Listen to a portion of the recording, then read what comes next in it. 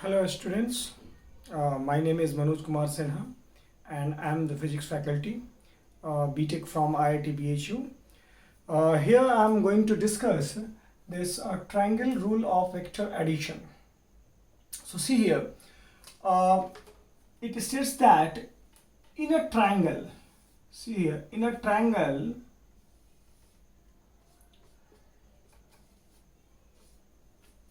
if two sides of the triangle represent two vectors in same order, if two sides of a triangle represent two vectors in a same order, say this is vector AB represented by this vector A, and this is vector BC represented by vector B, and these two are in same order. You can say this order is anti-clockwise.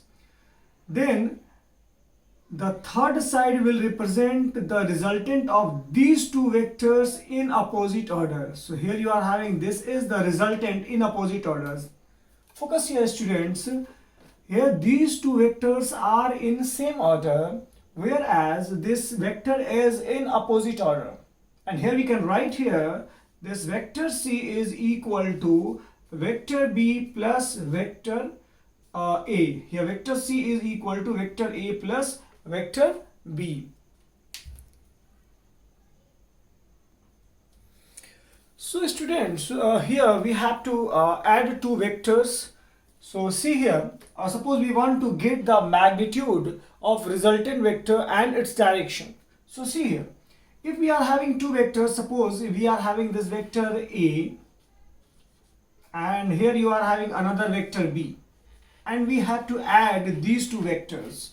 The magnitude of vector A is A and magnitude of vector B is B, and we have to add these two vectors. So what we need to do is translate this vector B parallel to itself such that its tail resides at the head of this vector A. So if you translate it parallelly, you will get this is vector B, and if you consider the angle between these two vectors, so this will be the angle between vector A and vector B. So now remove this. Now if you join the tail of vector A with the head of vector B, this vector will be the resultant of these two vectors. See here, these two are in anti-clockwise order and this C is in clockwise order.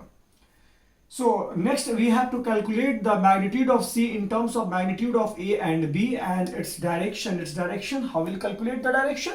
So if we calculate the angular position of this vector C with respect to vector A, we can say that its angular position is known to us. Means we have to calculate this angle alpha. So just do the naming of the vertices of this triangle ABC.